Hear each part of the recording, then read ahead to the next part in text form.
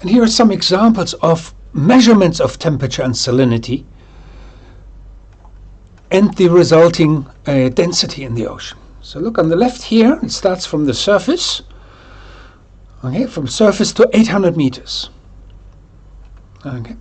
Measurements. You can see the red curve is a temperature profile. Yeah, you can see it's 23 degrees, and doesn't change much in the upper 50 meters of the water column. We call it the surface mixed layer. Then temperature decreases and goes and drops to something around 10 degrees Celsius at 800 meters. Okay, you can see that the red numbers are the temperature units. Okay? Salinity is the blue curve.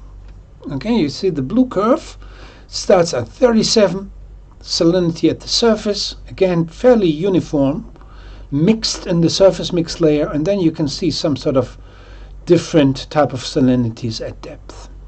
Okay, so the combination of temperature and salinity determine the density, and this combined, you learn more about density in later lectures, but you can see that the lightest water sits near the surface.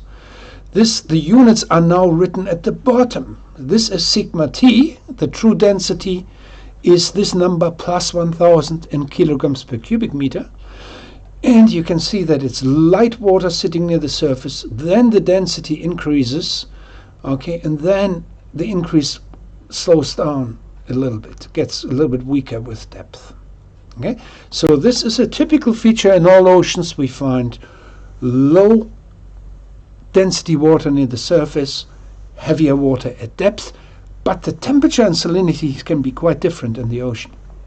Here we can see an instrument, that's the CTD. This is how you use to measure these profiles.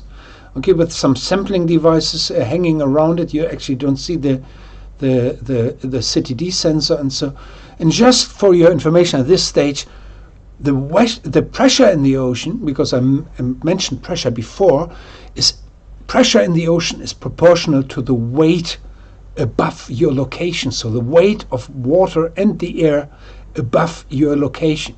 And you can work it out.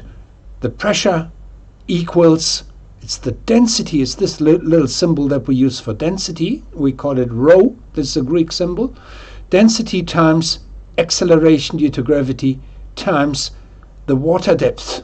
Okay, this is the pressure increases in the ocean almost linearly with depth.